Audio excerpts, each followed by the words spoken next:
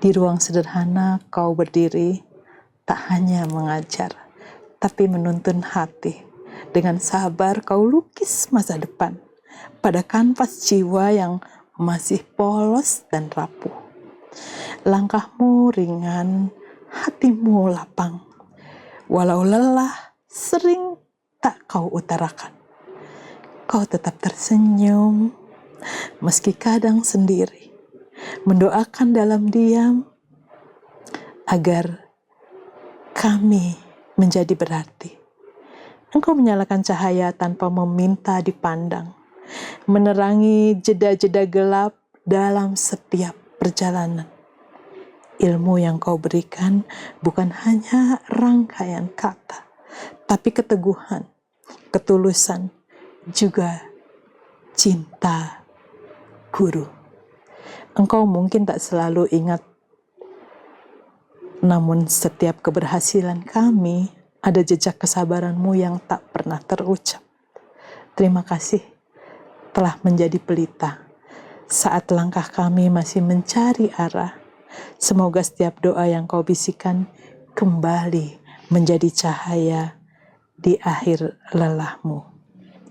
Selamat Hari Guru. Semoga sukses membersamaimu.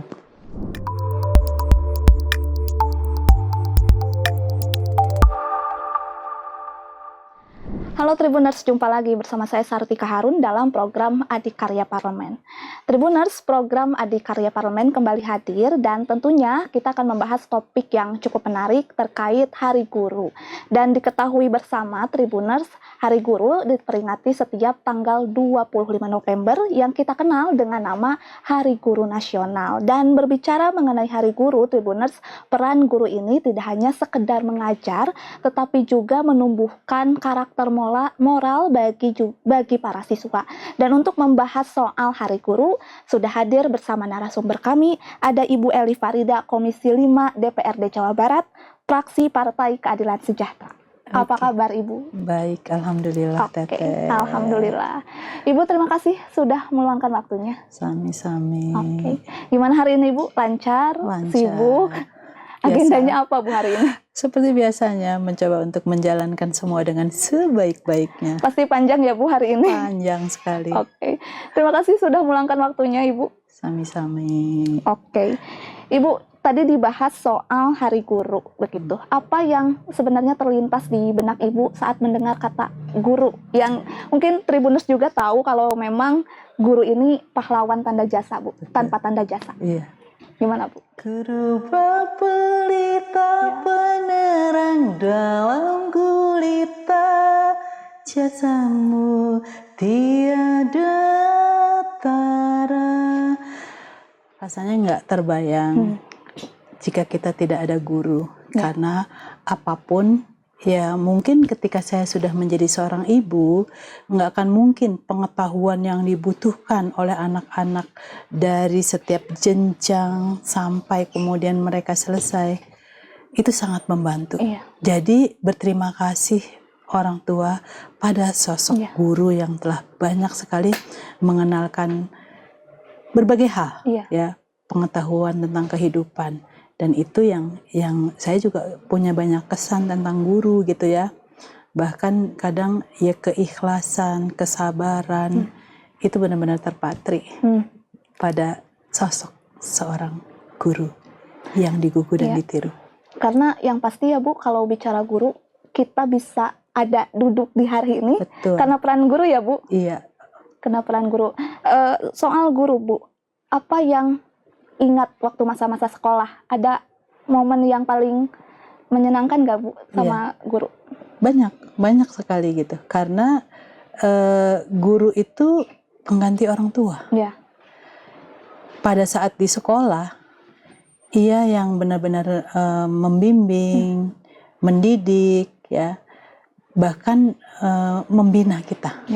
Jadi disitulah kemudian peran serta guru ini membesarkan kita dari sisi pengetahuan, etika, bahkan hal-hal yang lainnya itu sangat-sangat terkesan.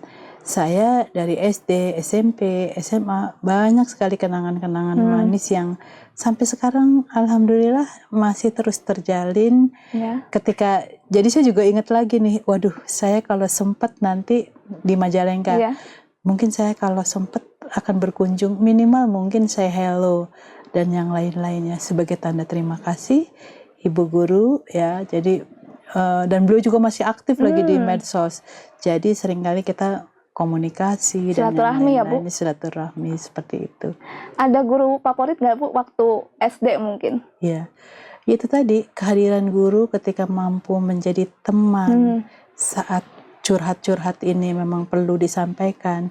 Tapi pada saat yang lain juga sebagai ibu atau orang tua ketika kita ya memang ada banyak masalah, persoalan dan yang lain, kayaknya ingat lagi kepada Ya. ibu guru ketika saat itu yang memang ada bersama kita.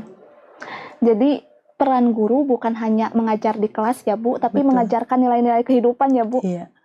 Apa yang peranan yang paling terasa saat Ibu waktu masih sekolah bersama guru, Bu? Iya. Ya tentunya ada banyak hal, karena kita juga tidak sekedar menyerap dari sisi knowledge atau pengetahuan, tapi juga suri toladan. Contoh-contoh yang diberikan itu sangat-sangat mengesankan. Apa yang diucapkan oleh seorang guru betapa sangat membekas sekali gitu. Dan itulah yang kemudian menjadi bagian-bagian yang tidak terlupakan. Guru itu yaitu tadi benar-benar memberikan pencerahan, menjadikan cahaya, dan itu tadi guru teladan tak akan mungkin terlupakan. Selalu di hati ya, Bu? Iya. Oke. Bu, kalau ada guru favorit, boleh dong di-spill namanya, Bu? Iya. Ada nggak? Dari SMA mungkin? Mungkin itu tadi, justru sekarang tuh guru SD yang saya masih ingat, Ibu Entur Turviati. Beliau dari Majalengka. Dan kemarin beberapa waktu saya juga sempat silaturahmi ke rumah beliau dan saling menyapa terus. Pandangan Ibu, seberapa besar peran guru dalam hidup Ibu sampai sekarang? Banyak itu tadi. Ya, jadi ikut berkontribusi membentuk karakter, ya.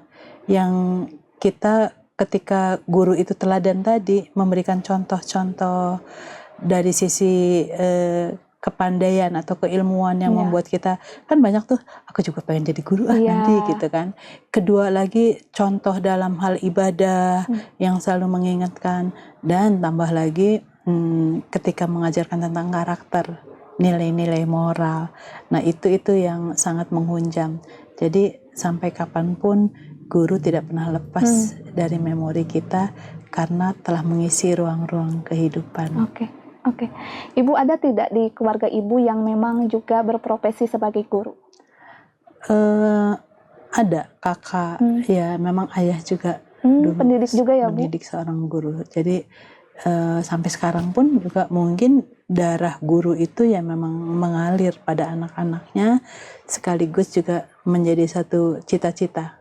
Terutama itu tadi, guru kehidupan bagi anak-anaknya di rumah. Bu, tadi ada ayah ya, Bu, yang berprofesi menjadi guru. Iya. Inspirasi apa yang didapatkan dari ayah sebagai pendidik? Iya. Jadi guru nggak ngoyo gitu. Dari zaman dulu sampai sekarang, ketika memang panggilan jiwa, dorongan hati, itu nggak pernah berpikir soal materi, tapi sebuah dedikasi untuk mencerdaskan anak-anak. Ya kebayang sih sampai sekarang ya, nggak akan ada Pak Habibie gitu ya, tidak akan muncul seorang tokoh-tokoh nasional ya selevelnya dan yang lain-lainnya jika tanpa guru. Jadi masa depan Indonesia sangat bergantung dari proses pendidikan dari guru-guru teladan. Ibu, pandangan Ibu menjadi guru berat nggak sih, Bu, untuk saat ini? Ya berat dengan berbagai resikonya. Karena guru tadi, kita bukan sekedar menyampaikan, tapi yang lebih berat itu adalah mendidik dan membina mereka.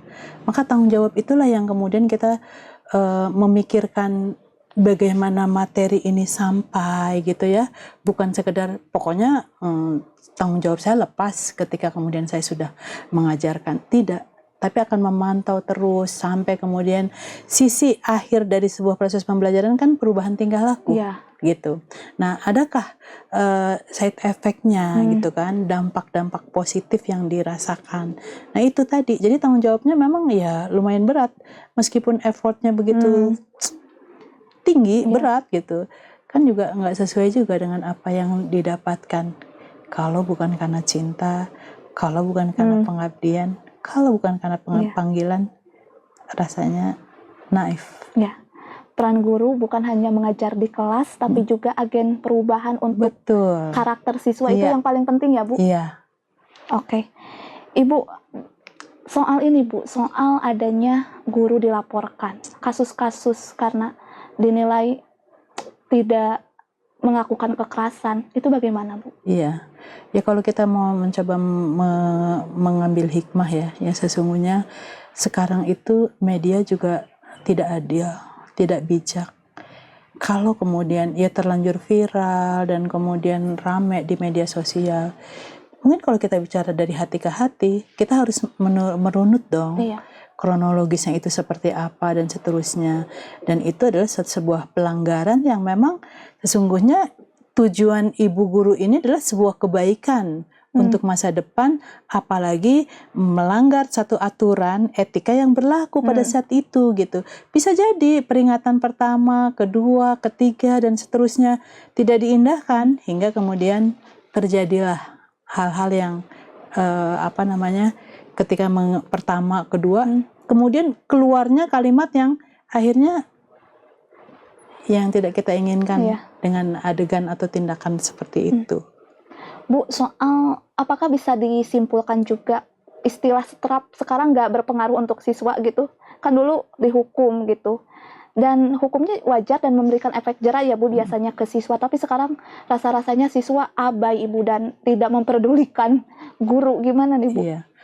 Iya, ini balik lagi institusi rumah sebagai agen perubahan awal.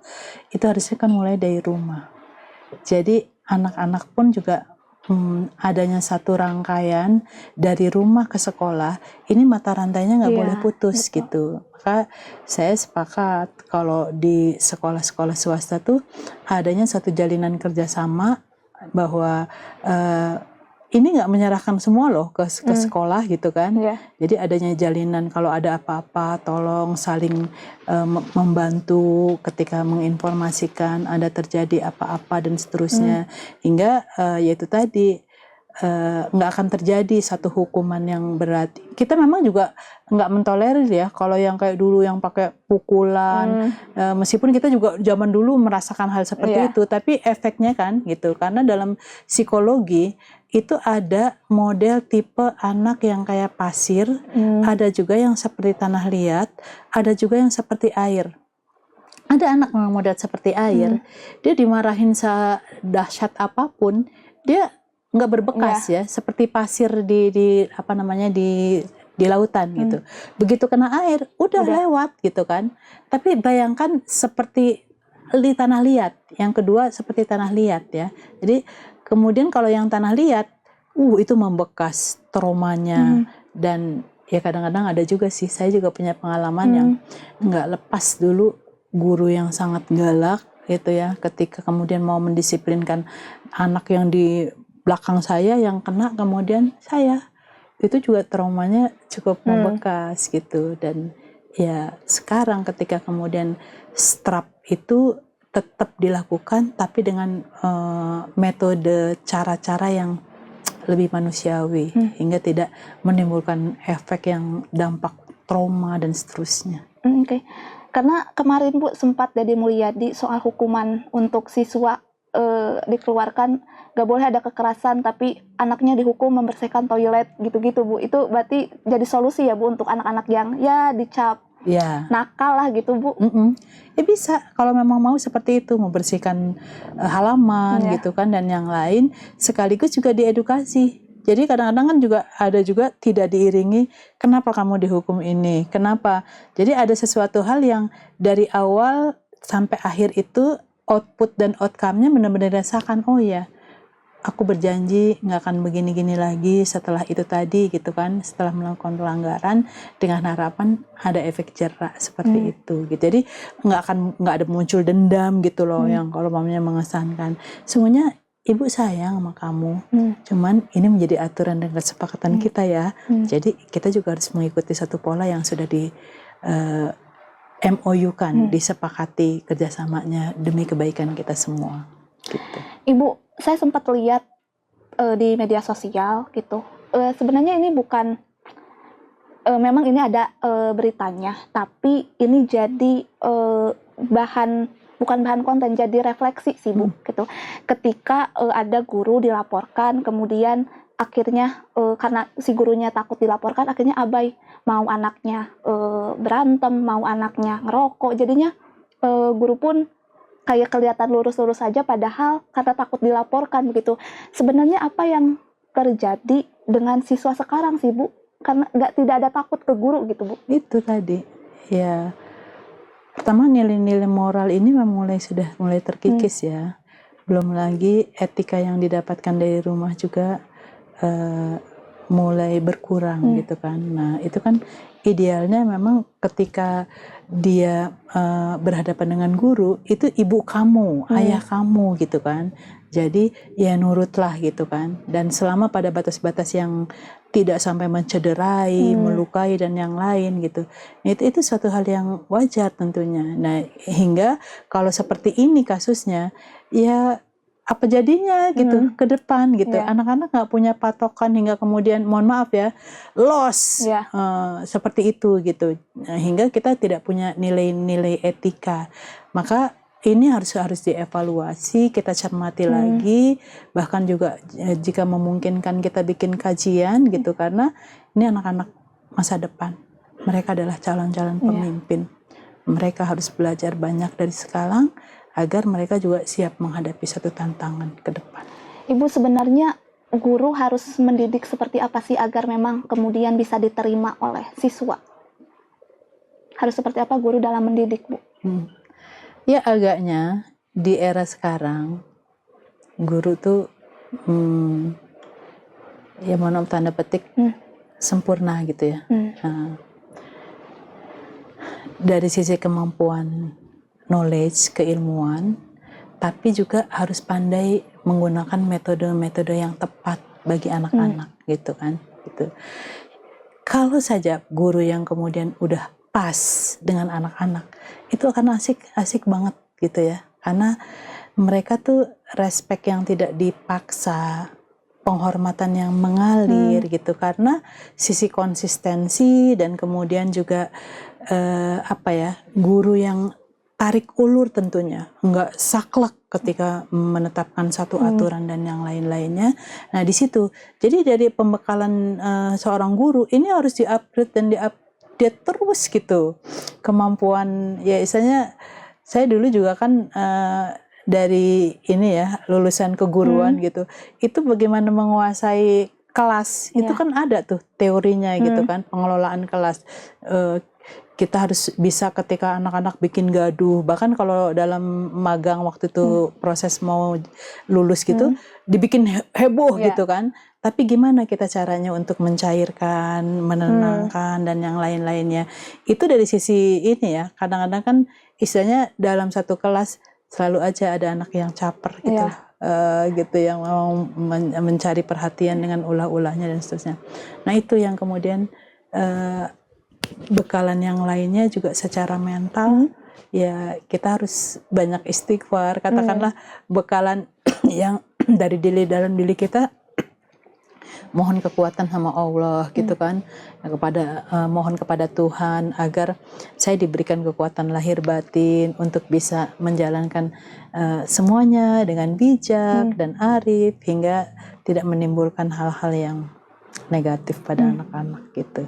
Dan ya kalau kita memang mau berdedikasi secara penuh gitu ya, kita bisa mencermati anak-anak tuh dari mulai datang kita udah duluan, dari kemudian pulang, kita juga mencoba melihat kita satu-satu ada apa aja kejadian-kejadian hari ini, kita evaluasi, dan bahkan kalau kemudian ini anak kok tiba-tiba berubah gitu ya, komunikasi dengan orang tuanya gitu. Kenapa ya Bu? Itu ideal sih gitu ya. Tapi ya setidaknya memang harus mencoba terus kita jangan kalah. Anak-anak sekarang lebih pintar dari gurunya. Jadi memang untuk di zaman sekarang guru harus tetap mengikuti metode-metode baru dalam mengajar ya Bu. Betul. Agar bisa ya diterima lah ya dengan baik oleh murid gitu ya. Dan asik tanda petik tadi. Asik itu ya. Gak harus tiba-tiba disetrap ya Bu, tapi ya mengikuti kemauan siswa juga gitu ya. Itu ya Bu yang paling penting. Ya pernah saya melihat salah satu contoh ice breaking. Ketika seorang guru menceritakan tentang ada banyak orang-orang hebat, orang-orang yang sukses, orang yang pinter gitu kan. Tanya kemudian siswa-siswanya siapa gitu kan. Sebutlah orang hebat A, B, C dan seterusnya. Sini kamu satu-satu naik gitu. Maju menghadap saya gitu guru itu. Nih, dilihat di situ semuanya satu-satu. Tapi kamu nggak boleh mengucapkan apapun gitu. Iya. Nah terus apa? Mereka tersenyum-senyum. Orang hebat sesungguhnya ada di guru. Karena ada cermin di situ. Dia diri kamu. Kamu akan menjadi hebat. Ya sesungguhnya orang hebat adalah sosok kamu.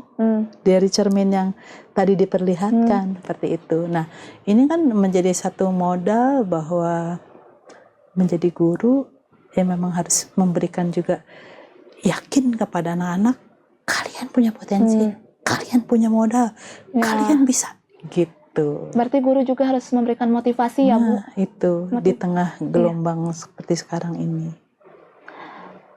Guru selalu jadi profesi mulia walaupun tugasnya berat ya Bu. Tugasnya berat dan tidak mudah ya Bu. Betul. Ibu, ini soal kesejahteraan guru. Sejauh ini melihat kesejahteraan guru sudah berapa persen levelnya Bu? Iya, jadi kalau bicara masalah dinas, dari semua dinas yang ada, yang paling besar itu adalah dinas pendidikan. Karena ya untuk proses pembelajaran anak-anak gitu, kalau Jawa Barat ya jumlahnya sekian, dan anggarannya juga paling tinggi, termasuk dari pusat, provinsi sampai kemudian ke daerah-daerah gitu. Kenapa? Karena memang yang diurusin banyak, programnya juga banyak gitu. Tapi ternyata ya balik lagi menyusur sampai ke kesejahteraan jauh, apalagi kalau kita bandingin dengan negara-negara yang lain, sebagai satu proses pemuliaan, penghargaan, sebuah dedikasi gitu ya. Itu emang fakta jauh dari apa yang diharapkan. Padahal tadi kan keringetnya, capeknya dan segala macamnya, itu kan guru kan harus menyiapkan dari banyak mulai bikin RPP ya Bu ya, sampai kemudian ujian dan yang lain-lain. Dan satu kelas bisa sampai 40 siswa ya Bu, bahkan lebih, beragam karakter gitu. Sejauh ini sudah hadir tidak peran pemerintah dalam kesejahteraan guru Bu, atau masih jauh dari layak Bu? Iya, masih jauh ya. Ada beberapa, makanya ada beberapa hal yang kemudian guru nyambi gitu ya, bukan sekedar menjadi guru les, tapi ada juga yang menjadi Grab ya, karena yang mau nggak mau tuntutan living cost kita lumayan tinggi gitu ya, di tengah sekarang sekali ekonomi kita gitu ya. Seperti itu Bu. Soal guru honorer di pelosok yang sudah 15 tahun 10 tahun belum diangkat menjadi ASN, ini apa yang salah dengan sistem kita? Karena kan ini tadi peran guru penting dan mulia, tapi negara acuh Bu. Kita selalu optimis, punya harapan, mudah-mudahan dari menteri ke menteri, dari pemimpin-pemimpin level kota sampai pusat, ada satu gerakan-gerakan perubahan sebagai satu proses pemuliaan. Tapi kan lagi-lagi dengan kondisi anggaran dan yang lain-lainnya yang kemudian ya di situ kemudian menjadi hambatan dan benturan-benturan yang ada gitu. Nah kita sih mengharapkan ya suatu saat gitu ya, sebenarnya sih ada pada beberapa kebijakan-kebijakan di pemerintah kota gitu, itu yang sudah mulai mencoba menempatkan satu proses penghargaan untuk guru-guru gitu. Cuma ya balik lagi sistem, aturan-aturan yang kita juga nggak sembarangan untuk mengangkat mereka menjadi ASN dan seterusnya kalau bukan dari instruksi atau kesepakatan persetujuan dari pusat gitu.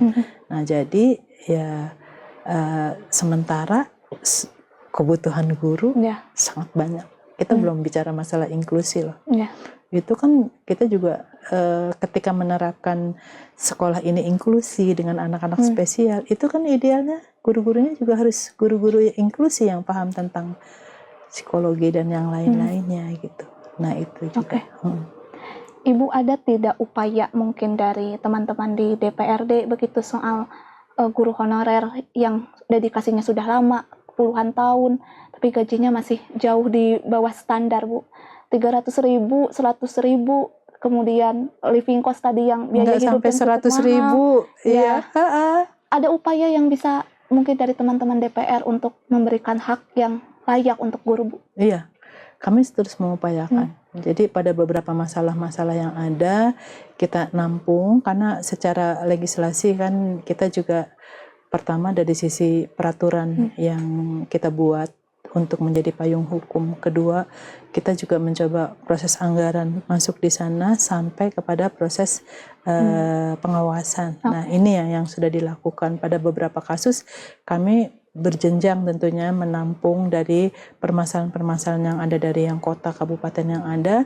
Di sini dibahas, kemudian kita ke pusat gitu. Masalah masih banyak sih hal-hal yang termasuk juga masalah honorer ini. Kita menginginkan mereka ngajar dengan nyaman gitu kan, tenang. Itu kan sebuah kebahagiaan dan ya maksimal lah mengajarnya ketika dia juga bisa memenuhi kebutuhan keluarganya seperti itu. Oke.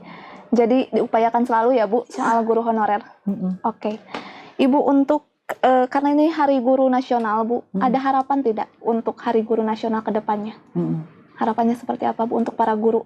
Ya, semoga kita di tahun 2026 ke depan atau sekarang 2025 guru akan bisa tersenyum menjalani tugas yang mulia meskipun dengan tekanan, tapi dia masih bisa survive, eksis, bahkan sukses menjalankan tugasnya sebagai pahlawan bagi sebuah peradaban bangsa. Semoga ya Bu, ke depannya masa depan guru semakin diutamakan ya Bu. Oke. Ibu mungkin ada closing statement atau mungkin ada yang ingin disampaikan? Iya. Boleh Ibu. Tribuners, saya Eli Farida dari Komisi 5 DPRD Provinsi Jawa Barat. Untuk semua Bapak, Ibu guru yang ada di Jawa Barat dan Indonesia, selamat Hari Guru. Izinkan saya mempersembahkan sebuah puisi. Di ruang sederhana kau berdiri, tak hanya mengajar, tapi menuntun hati. Dengan sabar kau lukis masa depan pada kanvas jiwa yang masih polos dan rapuh. Langkahmu ringan, hatimu lapang. Walau lelah, sering tak kau utarakan. Kau tetap tersenyum, meski kadang sendiri, mendoakan dalam diam agar kami menjadi berarti.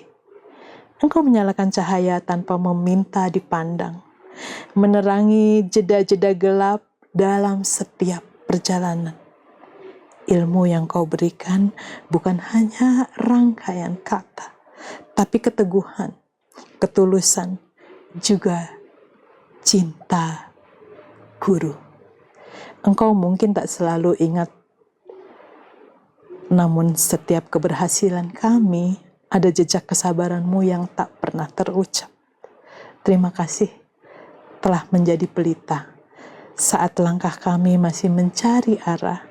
Semoga setiap doa yang Kau bisikan kembali menjadi cahaya di akhir lelahmu. Selamat Hari Guru. Semoga sukses membersamaimu. Oke, luar biasa Ibu, puisinya sangat terharu dan menyentuh hati. Semoga harapan-harapan tadi tercapai ya Bu untuk Amin. untuk guru nanti di Amin. masa yang akan datang. Iya. Oke, terima kasih Ibu atas waktunya. Sama-sama, Sehat selalu.